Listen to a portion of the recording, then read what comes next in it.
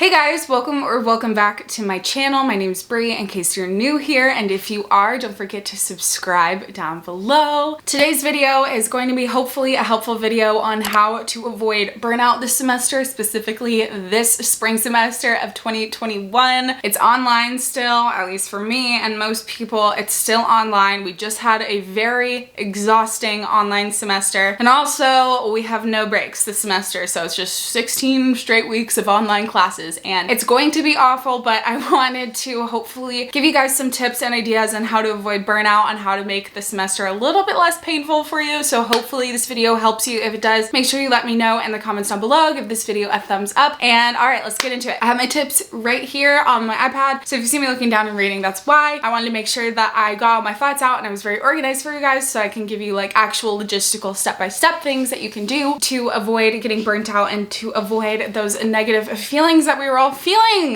this first semester. The fall semester was awful. I was right there with you guys. If you were feeling burnt out and you were feeling stressed out, and like it was the worst. My first tip is going to be get organized ahead of time, probably as far in advance as you possibly can, honestly. I personally organize in Google Calendar, and I have kind of talked about that in a few of my videos, but let me know if you want a whole video on how I organize my life on Google Calendar. It is kind of complicated. I have like several calendars that I all like link together or whatever with different colors and color coordinating and stuff, and it's actually kind of a new system that I've implemented for this semester that will hopefully work, so I can easily make a video on that if you want that, so let me know please. I tried using Notion, which is supposed to be this very comprehensive organization app, place, website, whatever, but it was just a little bit too complicated for me, and also my school uses Google and my job uses Google, so it's just really easy for me to use Google, and I like all the colors and I like what you can do on Google. Anyways, I digress. So I typically at the beginning of the semester, once I get my syllabi, so like the first week, I will spend a good chunk of time after that first week on the weekend where I sit down and I organize and I put in all of my big assignments and little assignments if you have them. So I'll put in homework due dates and I will put in assignment due dates, and these are subject to change, but it's pretty easy for you to, you know, just move them around. I'll put them in my physical planner and I will also put them in my digital planner. I recommend that you do the same. Try and get organized in a digital planner and a physical planner. Digital planners are easier to update and also easier to reference when you're on the go, but physical planners can actually help you remember better because you're more likely statistically to remember something if you have written it down physically. So that's why I would recommend using both, and it's not completely necessary, but I would definitely recommend it. And getting organized and knowing when everything is honestly half of the battle anyways, because with online school, it's really hard to remember everything because classes get blurred together. There's no like physical separation in your mind anymore because you take all your classes from the same place. So it's really essential that you organize. I would recommend using some sort of color coding system. Either you color code a color for your assignments, for your tests, and for other activities, which is what I do, or you color coordinate for each of your classes. You assign a color to each class and you have them separated that way. That way you kind of can assign these little tasks and these classes and these things to a color, and your brain can make better connections and actually look at your planner and be like, okay, this is due. I need to prepare myself for this, etc. Also, side note about the syllabi, you definitely want to do that as soon as you possibly can. If nothing else, it will save you having to re-download it to your computer every single time that you need to look up an assignment or look up something that's due. I've done that before a million times. So it just helps to download it once, put everything in your calendar, and then refer back to it if you need to, but hopefully less if you download everything at first. Don't pressure yourself to remember everything because it's so easy to get everything blurred during an online semester. Just don't pressure yourself to remember things, and don't trust yourself honestly enough to remember everything. It's much better if you just write it down and let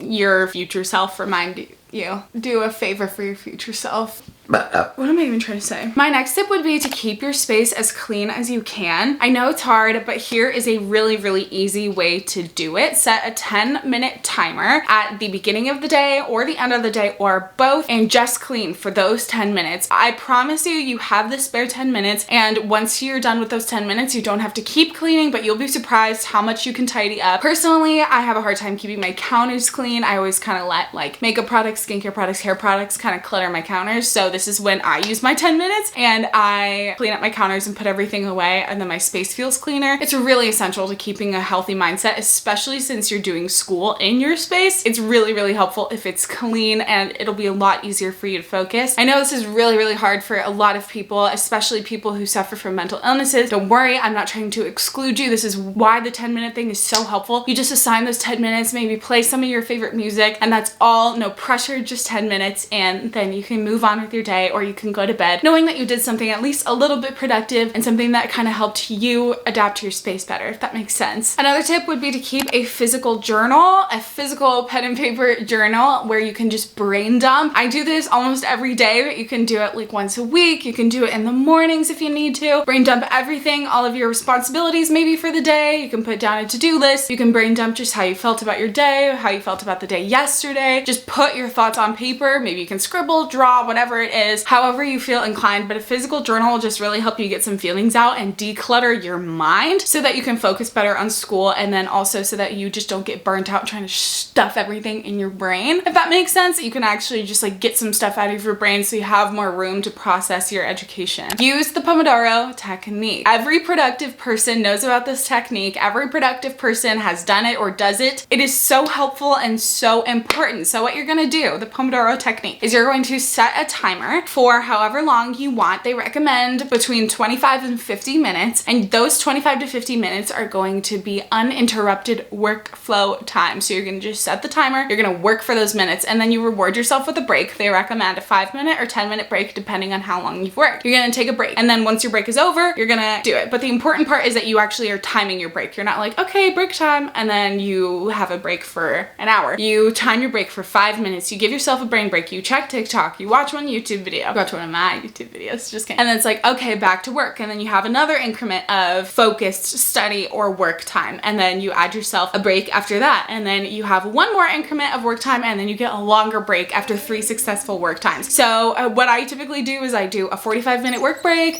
a 5-minute break, 45-minute work break, 5-minute break, 45-minute work break, 10 or 15-minute break, depending. And sometimes my 5-minute break is actually a 10-minute break, but you get what I mean. So this is just so helpful. There's been books written about it, but it's so helpful for keeping your mind focused on your tasks, and you will get your work done so much faster because you're like, oh, I only have these 25 minutes and then I get a break. Instead of trying to push yourself to do 3 hours straight of work, then you are going to get burned out, or you're going to contribute to building up burnout. So it's very, very important that you kind of take these breaks, give your brain time to de-stress, give your brain time to recover, and give yourself plenty of time to like refocus, if that makes sense. I would also just suggest counting your Zoom calls as one of those work sessions. I do it. I count my Zoom calls as a work session, and then I get like a 15-minute break because my Zoom calls are typically like 45, 50, 60 minutes, and then I give myself a 10-minute break, but then I have to refocus and do my notes or do another Zoom class after that, so that I'm not just like walking around, sitting on my phone, doing something for a long time, and then I completely lose all focus and all progress, and I am disrupting the flow of my day. Download the app Tomato Timer for this. That's the app that I use, but there's also an app I think called Tree. It might be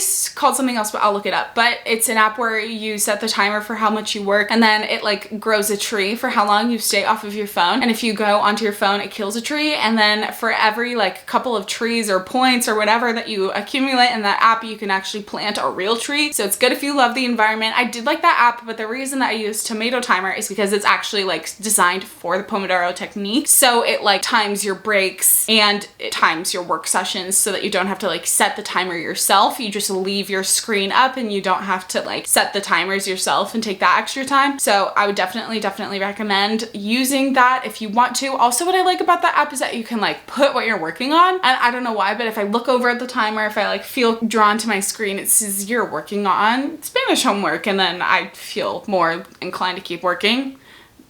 You know, I want you to get outside at least once a day this semester. I know it is really hard. I personally have an issue with this and need to work on this semester, because I will literally be in my apartment for 3 days realizing I haven't walked out the door of my apartment for 3 days because of online school and because I don't have any need to go outside. But I really recommend that you put your shoes on, you just go outside, maybe just sit on your porch, get some fresh air. It's really really important. Maybe you go on a little bit of a drive with your windows down to the Starbucks drive-thru, probably what I'll do. But getting fresh air is going to be really essential for your health and really essential for avoiding burnout. Maybe you listen to a podcast, or maybe you listen to some music and you just kind of let your brain focus on something else. That's not school, that's not work. So you can give yourself time to relieve some stress. And you might be tired of hearing this, but exercise is good for your brain. You don't have to have any idea what you're doing. Just start by walking outside or on a treadmill, maybe some bicep curls if you have access to a gym or some weights. I learned a lot about form and different exercises by just going to the gym and watching other people. And I'm never like, you know, judging other people. I just am looking to see what they're doing. And also just don't be afraid to Google stuff while you're at the gym. Don't be afraid to Google, you know, proper leg exercises or proper arm exercises or whatever. Everyone goes on their phone all the time at the gym during their rest breaks and everything, so you're not gonna look weird standing there like Googling it and also trying new things. Everybody at the gym is there to improve themselves, so if anybody is judging you at the gym, there's something wrong with them, but usually I don't feel any judgment at the gym. It's always just supportive vibes there because everyone there is there for the same reason. I digress from my tangent. Exercise is really just good for your brain. It's good for you to get those feel-good hormones into your brain. It's good for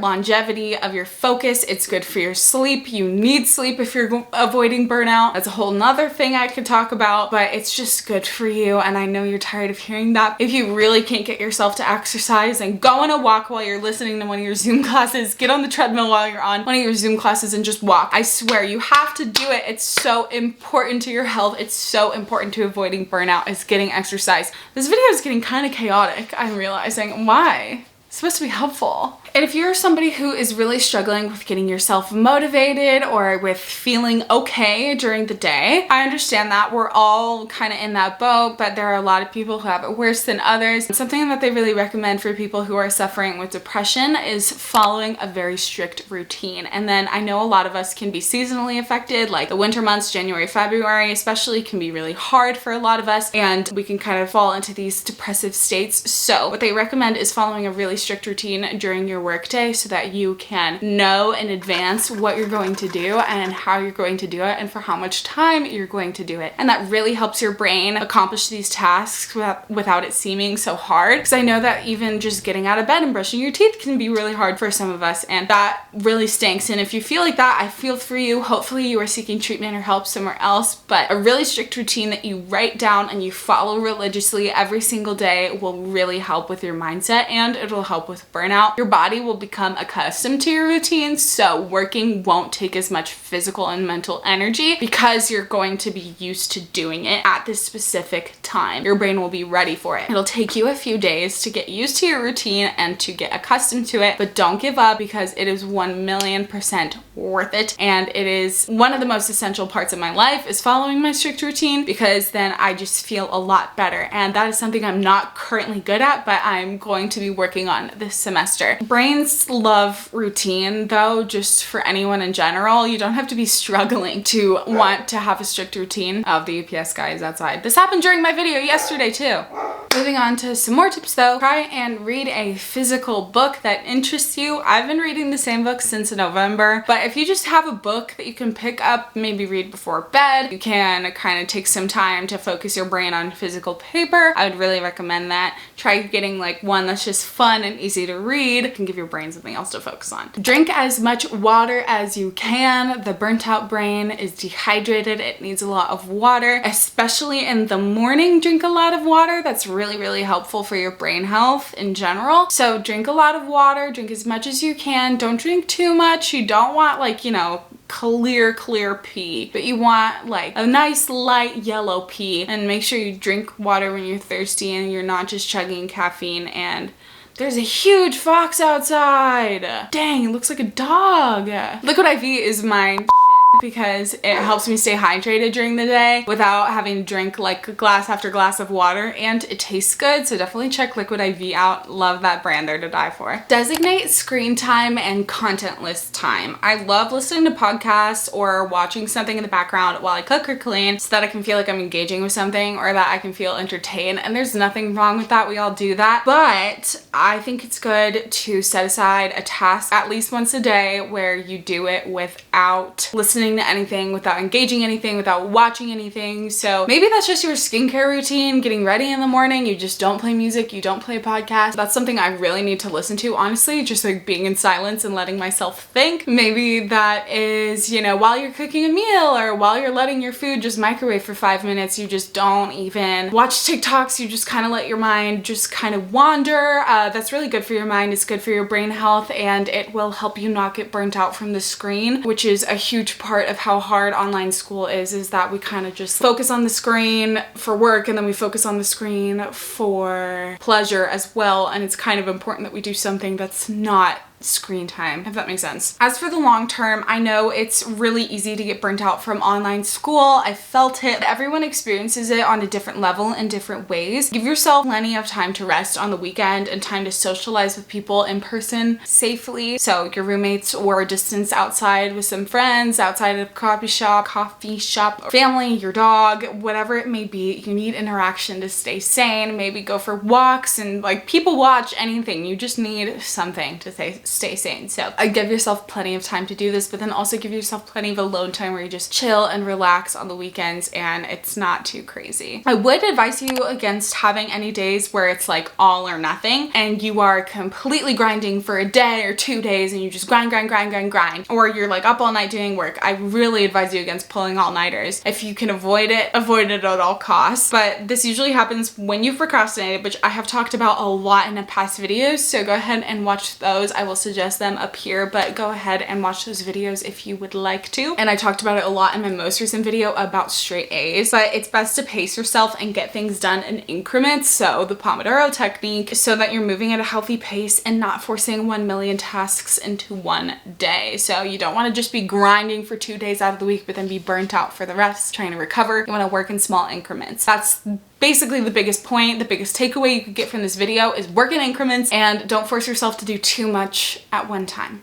And make sure you're taking plenty of breaks and getting your rest, because that is so crucial to you. Nobody has ever healed from burnout by doing more and forcing themselves while they're burnt out to get work done. So it's adjusting your pace in your priority. Your top priority should be your mental and physical well-being, and I cannot stress this enough. In order to truly be rid of burnout, you need to feel fulfilled and you need to feel okay in your day-to-day life. And you need to have a sense of purpose throughout your day. So little rewards and breaks are really great for this, for feeling more fulfilled. But the best sense of purpose is self-love. So maybe practice a little bit more self-love this semester. And on that same note, forgive yourself. If a friend told you how they messed up on school and they missed an assignment or they felt burnt out, would you tell them, you literally suck and you can't do anything right, you need to get your life together, you're so unproductive, you are so bad compared to this person does so much better than you need to stop it? Would you tell that to a friend? Absolutely not. So why would you ever speak to yourself that way? Please forgive yourself if you mess up, if you procrastinate something. Tell yourself what you would tell your friend, which is probably, hey, we're in the middle of a global panini maker and it's really hard and really stressful, and there's a lot of tension going on in our country right now, which is also stressful. It's hard enough trying to stay home and stay sick, and doing everything online is exhausting. So give yourself a break. There are realistic ways for you to be productive and to get all your stuff done, but you don't have to drive yourself crazy with it. That's probably what you would say, and that's what I'm saying to you right now. If you haven't had anyone say that to you, you're hearing it from me. Give yourself grace and be forgiving of yourself so that you can actually move on and feel a lot better in a actual productive way that's not just a temporary fix, but it's a long-term fix, which is the kind of thing I'm trying to give to you right now. I'm trying to give you like a long-term helpful fix instead of just, you know, here's how to feel better at the end of the day, my self-care routine or whatever. Not that there's anything wrong with that. Self-care is so important. What I'm saying is that this is for the long term. This is to help you feel better for longer. You know what I'm saying? You're doing your best, and that's enough. Everyone on earth is going through something right now, and they're going to understand what it was like living through a global pandemic, because we all kind of lived through it. So you're a valuable person. You're gonna be fine. Make sure that you take care of yourself so that you don't get crazy burnt out this semester, and you're gonna do great. Good luck this semester. I believe in you. Let me know how everything goes. Let's chat in the comments. Don't forget to leave a comment. Seriously, I respond to everyone. I love having conversations with you guys. Also, my DMs are open if you need anything, if you need any advice. I'm here for you. I'm your girl. I love you. You got this. I believe in you. Thank you so much for watching. Don't forget to subscribe, and I'll see you in the next video. Bye, y'all.